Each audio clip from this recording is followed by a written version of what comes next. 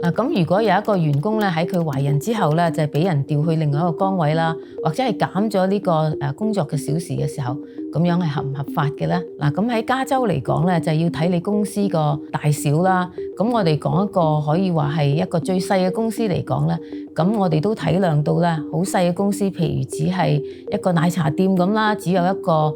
老闆同埋1-2個員工嘅時候咧，咁如果個員工咧就成日要請假啦，又成日咧都唔可以返工啦，係唔知道咧可唔可以當日咧係唔會知道佢會唔會返嚟嘅時候咧，咁使到個僱主係好難編排呢個工作時間嘅話咧，咁呢一啲咧就可以話係不合理㗎。咁因為咧可以話到如果有懷孕嘅孕婦咧，咁喺合理嘅情況下咧，僱主都係應該咧係去遷就一下佢哋嘅需求啦。咁但係咧，如果係好細嘅公司嘅時候咧，咁而且咧係使到個僱主咧就係有一個好大嘅困難嘅話咧，咁政府咧都會俾佢一個彈性高啲嘅處理方法嘅。